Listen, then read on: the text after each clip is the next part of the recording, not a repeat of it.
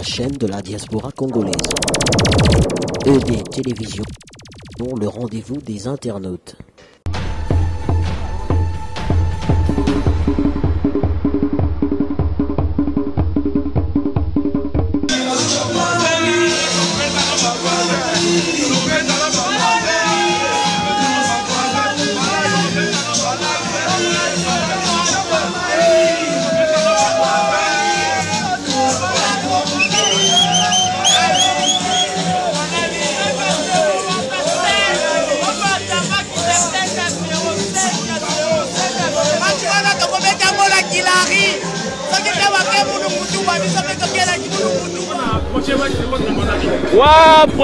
Prochain match donc Rosama pe ba voisin ba la tolakisa ba to abana talaka to za bakanda na bango libela sur le jour ango bana 5 na ba mataba kita yaya ça y est nani usudu ni para kwa tera Mandela mais on dirait que na zako sepela ça y est yingi kitsasala muni no lokobela muni RTC to beta bango na match to beta bango tu na bitumba.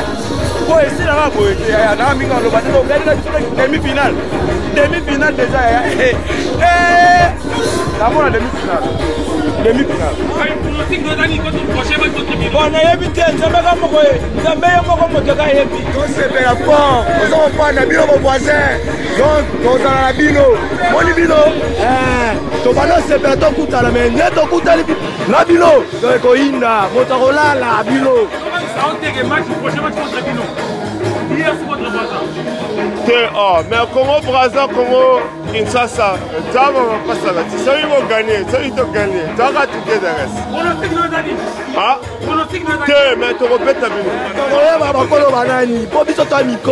Malgré que l'équipe n'a pas calculatrice scientifique, mais ça pour moi c'est bon. Là c'est pas égal à joueur malgré tous les mecs qui ça coach Mbokani a bon raté. Mbokani est simba. C'est bon ben ça va bola si ba bokila ba joueur nyo ça va beta bien. Donc classement ça est bien de l'équipe mais ça là on pensa sentiment là ba tout ba na Kapa ba na Cape Town.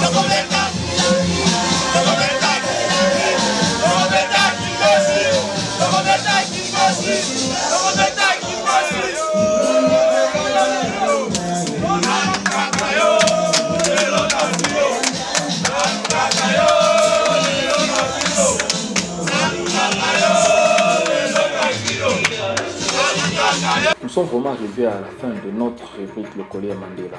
Je tiens à remercier le numéro 1 de la chaîne EDTV, Papa Richard Rich Tempête. Je remercie Maître Bonan et tout le travers de EDTV. Je vous aime bien.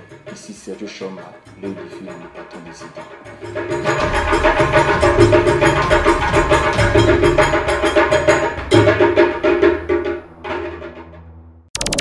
ED Télévision, la chaîne de la diaspora congolaise.